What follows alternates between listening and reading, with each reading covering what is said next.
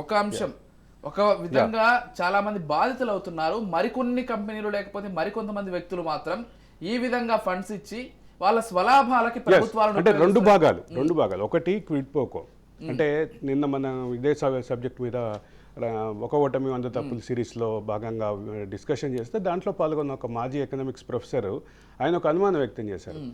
ఒక పక్కన ఈ రకమైనటువంటి వేధింపులు ఉన్నాయి, రెండో పక్కన ఆ వేధింపుల సబ్జెక్టు నాకు డిబేట్ జరిగే సమయానికి తెలియదు. అయితే ఒకవేళ తెలిస్తే దీన్ని కూడా దాంట్లో ఇంక్లూడ్ చేసేవాళ్ళం. కానీ ఒక పక్కన వేధింపులు సబ్జెక్ట్ ఇట్లా వస్తుంటే మేమేదో సహజంగా మాట్లాడుతున్నప్పుడు రెండు రకాల భావాలు కనిపించినాయి. వేధింపులతోటి జరిగినటువంటి యాక్టివిటీస్ని ఒకటి ప్రశ్నించాం. రెండో పక్కన ఈ క్విడ్ ప్రోకోకు సంబంధించినటువంటి ఆయన దగ్గర ఉన్నటువంటి సమాచారం ప్రకారం హైటెక్ సిటీలో 15 ఎకరాల ల్యాండ్ ఏర్పాటు చేసుకున్నటువంటి ఒక ఫార్మా కంపెనీ, ఆ ఫార్మా కంపెనీ అధినేత ఒక రాజ్యాంగపరమైనటువంటి పదవి కూడా పొందారు ఈ మధ్యకాలంలో, ఒక సభలో ప్రాతినిధ్యం కూడా పొందారు. ఆయన కూడా భారీగా దీనికి సంబంధించిన నిధులు ఇచ్చినట్లుగా ఆయనకు ఉన్నటువంటి అనుమానం, మన ప్రొఫెసర్ గారి అనుమానం.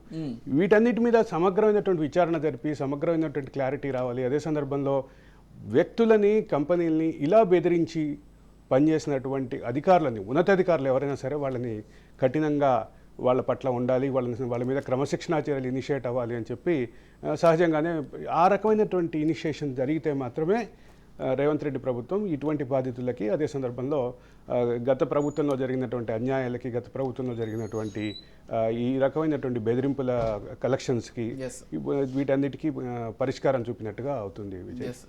దీనికి సంబంధించి చాలా మంది రాజకీయ విశ్లేషకులు కావచ్చు, లేకపోతే చాలా మంది లాయర్స్ కూడా గత అనేక రోజులుగా దీనికి సంబంధించి ఒక తీర్పు రావాల్సిందే అంటూ కూడా సుప్రీంకోర్టులో గతంలో కూడా కొన్ని దాఖలు చేశారు పిటిషన్లు. ఇప్పుడు ఫైనల్ గా దీనికి సంబంధించి అందరూ ఏకగ్రీవంగా తీర్పిచ్చినటువంటి తరుణం 5 జడ్జిలు ఏకగ్రీవంగా తీర్పిచ్చారు. ఫుల్ బెంచ్ రాజ్యాంగ ధర్మాసనం ఇచ్చినటువంటి తీర్పు ఇదే ఫైనల్.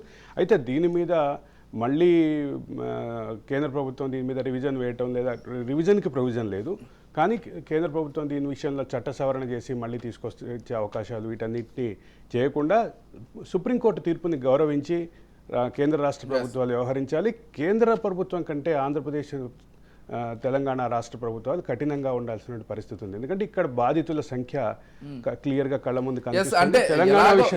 తెలంగాణ విషయానికి వచ్చేసరికి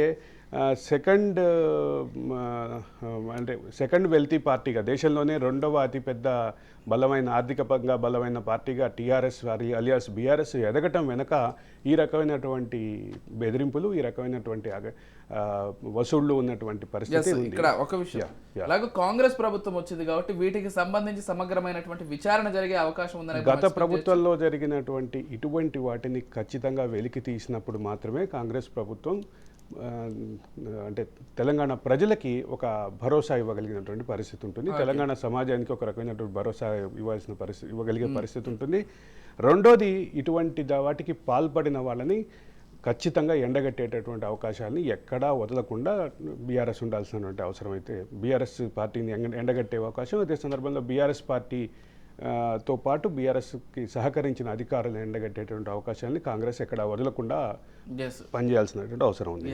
అంటే మొదటిగా ఒక స్టెప్ తీసుకొని బాధితులు ఎవరైతే ఉన్నారో వాళ్ళు బయటికి రావడం అయితే ఖచ్చితంగా అప్రిషియేట్ చేయాల్సినటువంటి అంశం. ఎందుకంటే ఇటువంటి బాధితులందరూ కూడా అంటే ఒకరు ఎలాగో బయటకు వచ్చారనే ధైర్యంతో మిగిలిన వాళ్ళందరూ కూడా బయటకు వచ్చే అవకాశం కూడా ఉంది.